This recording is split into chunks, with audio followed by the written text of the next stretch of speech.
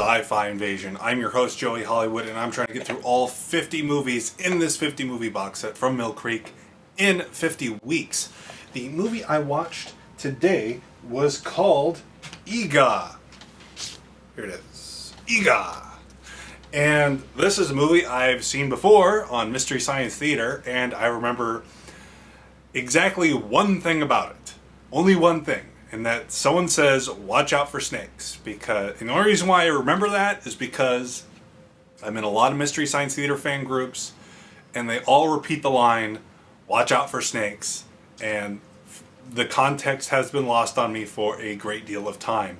Because I've seen every episode except for two or three from season 0. I've seen so much of it that it all kind of blurs together, and Eegah was just one I unfortunately just forgot about.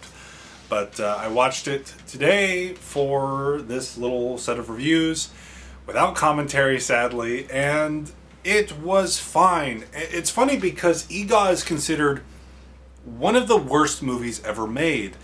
And after viewing it this time without commentary, with just a fresh set of eyes, sorry, I can't speak. That's why I make commentary videos.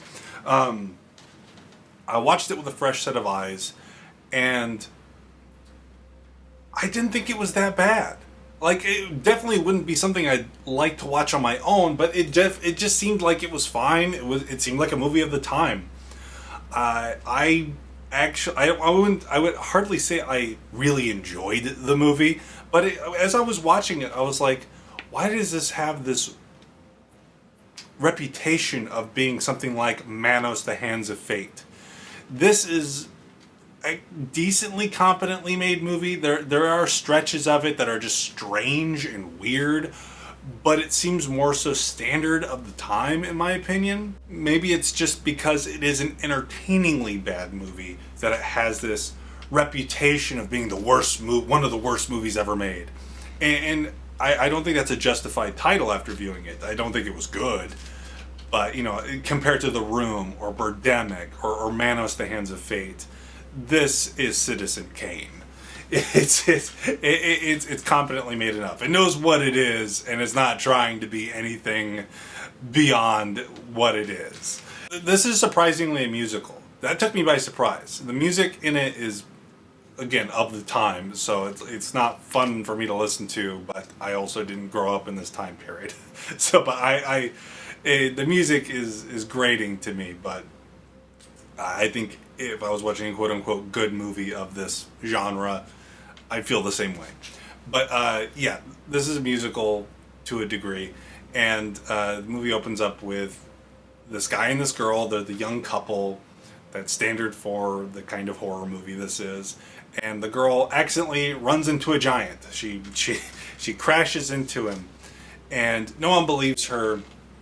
And the guy and the girl end up looking for her, and the infamous "watch out for snakes" line is delivered. And at some point, she is kidnapped by the giant, and her father are like kind of his prisoner, while the boyfriend is like roaming around the mountains looking for them.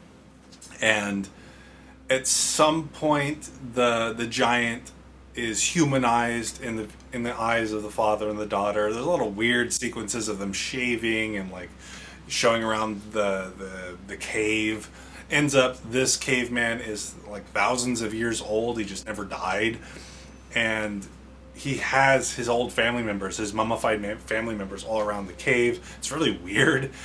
You could easily turn this into a pretty horrific movie, but it's kind of more like a lighthearted, kind of almost a comedy, I think. Caveman eventually falls for the girl, and this is the problem because he gets a little handsy, and eventually the boyfriend rescues them, but then it kind of turns into like King Kong, where the giant is just roaming around town causing mischief. And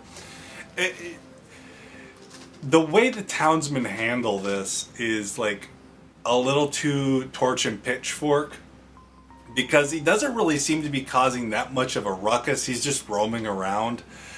And it does have "'Twas beauty that killed the beast" type ending from King Kong. And it's interesting. Like, there's a lot of weird moments where, like I mentioned, where they're shaving the dad and the monster, and it's so incompetently done, but it really it feels like this would be ripe for a remake. And actually, I believe there is a remake. I remember talking to a guy who made a movie called Medias Res, and I believe he made a remake of this, but his remake was half film, half stage play. I don't think it's available anywhere, but I recall talking to someone about that, and it was an interesting. I don't know. This movie was interesting to watch. I found myself enjoying it more than I thought I would because of the reputation it has. But yeah, I don't think this was bad. I would recommend this one as a bad movie night with friends, or just a movie night on your own. It was entertaining enough. I enjoyed it for what it was, and I think that's all I have to say on the subject for now. But thank you for watching.